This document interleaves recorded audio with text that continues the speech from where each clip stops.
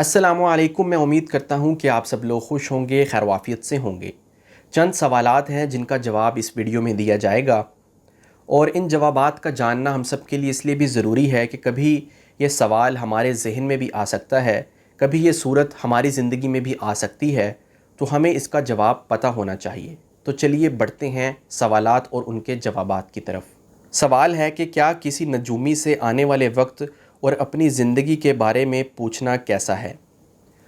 جب بھی آپ کسی نجومی کے پاس جائیں یا کسی ایسے بندے کے پاس جائیں جو آپ کو فیوچر کا بتا سکتا ہو، آپ کی آنے والی زندگی کے حالات کا بتا سکتا ہو، تو بالکل بھی یقین نہ کریں، کیونکہ آنے والے حالات کا علم اللہ کے پاس ہے، اور جو شخص بھی کسی نجومی کے پاس جائے اور اس کی بات پر یقین کر لے تو 40 دن تک اس کی نمازیں قبول نہیں ہوتی۔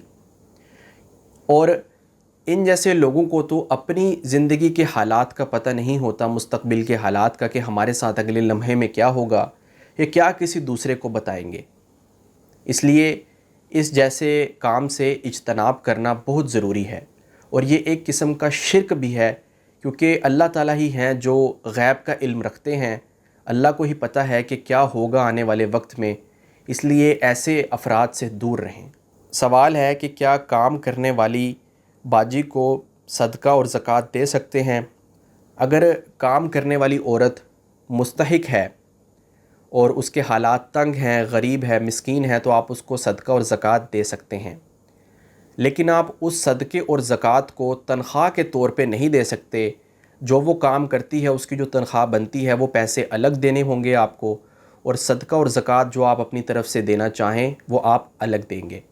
اگر کوئی عورت غصے میں کفریہ کلمات کہے جیسے میں اللہ کو نہیں مانتی، پھر دوسرے دن توبہ کر کے کلمہ پڑھ لے، تو کیا اس صورتحال میں اس کے نکاح پر کوئی فرق پڑے گا؟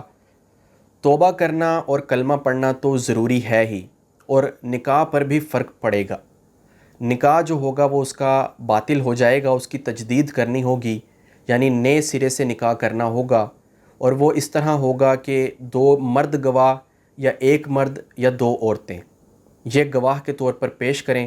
مردوں میں 2 گواہ چلتے ہیں، اور اگر 1 مرد ہو یا 2 عورتیں ہوں تو یہ بھی گواہ کے طور پہ چل جاتے ہیں۔ تو ان کی موجودگی میں وہ ایجاب و قبول کریں۔ مرد کہے میں نے تم سے نکاح کیا، تو عورت کہے میں نے قبول کیا، تو یہ ایجاب و قبول کر کے وہ اپنے نکاح کی تجدید کر سکتے ہیں۔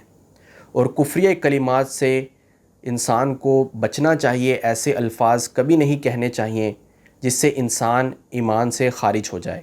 میں امید کرتا ہوں کہ ان سوالات اور ان کے جوابات سے آپ کو فائدہ حاصل ہوا ہوگا۔ اب میں آپ کی اجازت چاہتا ہوں۔ السلام علیکم۔